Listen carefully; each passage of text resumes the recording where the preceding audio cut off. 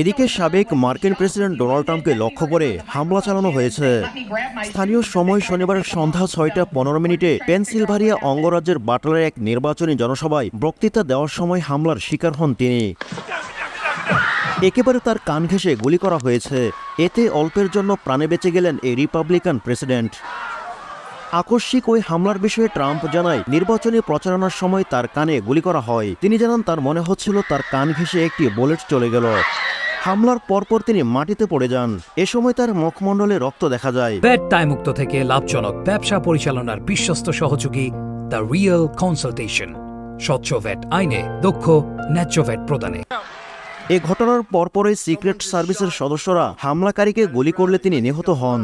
এছাড়া আরও দুজন এ ঘটনায় গুরুতর আহত হয়েছেন বলে সিক্রেট সার্ভিসের পক্ষ থেকে জানানো হয়। র্যালিতে উপস্থিত একজন প্রত্যক্ষদর্শী বিবিসি গণমাধ্যমকে বলেন, গুলির শব্দ শোনার পর তারা একজন রাইফেলধারীকে ছাদে হামাগুড়ি দিতে দেখেন। ওয়ারেন ও ডেভিড নামে দুজন প্রত্যক্ষদর্শী আরও বলেন, তারা অন্তত 4 রাউন্ড গুলির শব্দ শুনতে পান। এ সময় তারা ডোনাল্ড ট্রাম্পের পাশেই ছিলেন।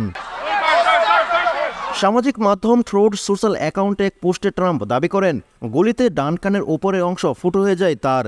তিনি আরও বলেন, হঠাৎ করে আমি বুঝতে পারি যে কিছু একটি ঘটে গেল।